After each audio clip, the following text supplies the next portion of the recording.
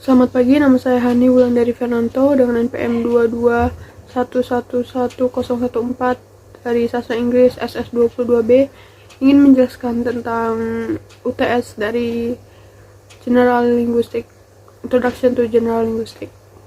Jadi pertanyaan pertama adalah phonetic versus phonology.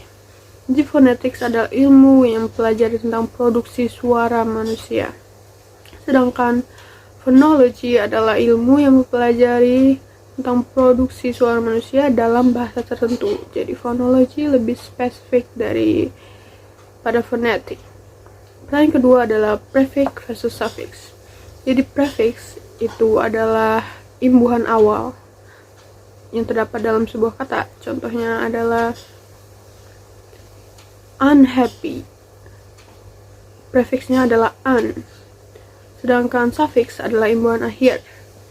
Contohnya adalah men dalam kata adjustment. Soal ketiga adalah free morpheme versus bound morpheme. Free morpheme adalah kata atau morpheme yang bisa berdiri sendiri sebagai sebuah kata. Contohnya adalah kata no dan kata yes dan lainnya. Sedangkan bound morpheme adalah suatu morpheme yang tidak bisa berdiri sendiri dan harus menempel pada sebuah kata atau free morpheme. Contohnya adalah contoh dari prefix dan suffix tadi, yaitu unhappy, injustice, adjustment, happiness, dan lainnya. Yang ketiga adalah semantics dan pragmatics.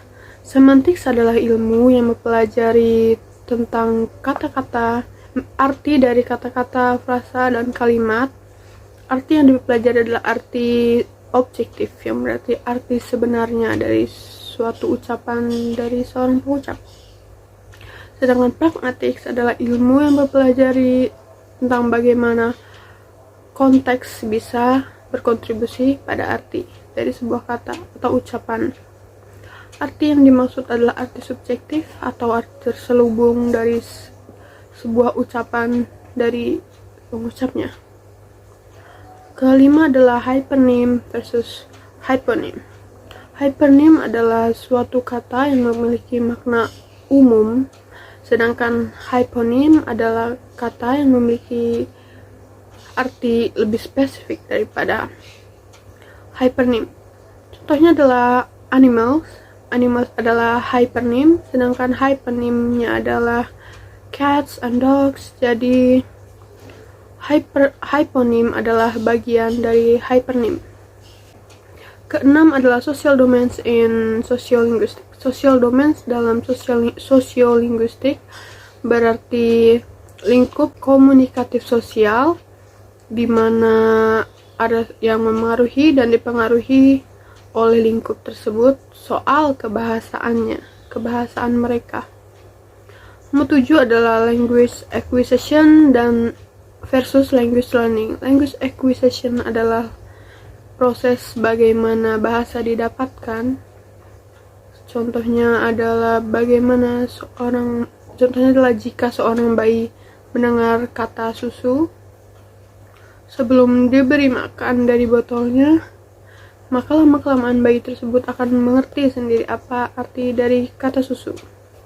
Sedangkan language learning adalah bahasa yang diperoleh dari mempelajari bahasa tersebut. Contohnya adalah dengan mengikuti kursus bahasa asing atau les bahasa asing. Kedelapan adalah sign, signified, and signifier. Sign adalah hubungan dari signified dan signifier.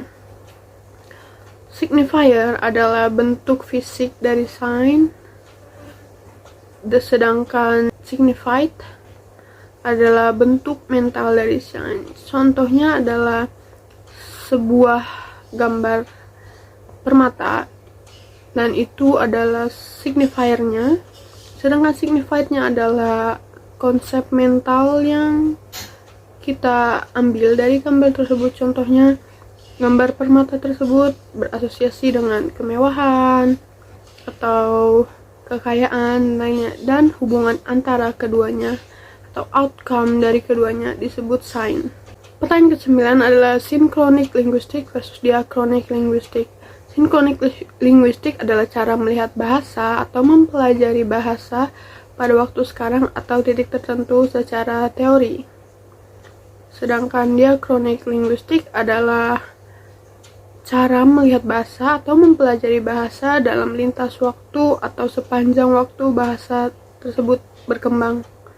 Dan ke-10 adalah theoretical linguistic versus applied linguistic. Theoretical linguistic adalah bagian dari linguistik yang mempelajari tentang bahasa dan berpusat pada teorinya, bagaimana bahasa tersebut didapatkan dan apa fungsi bahasa tersebut. Dan applied linguistic adalah linguistik terapan yang berpusat soal penerapan bahasa dalam kehidupan sehari-hari, contohnya dalam pembelajaran, dalam pekerjaan, atau dalam tugas-tugas lainnya. Sekian, terima kasih.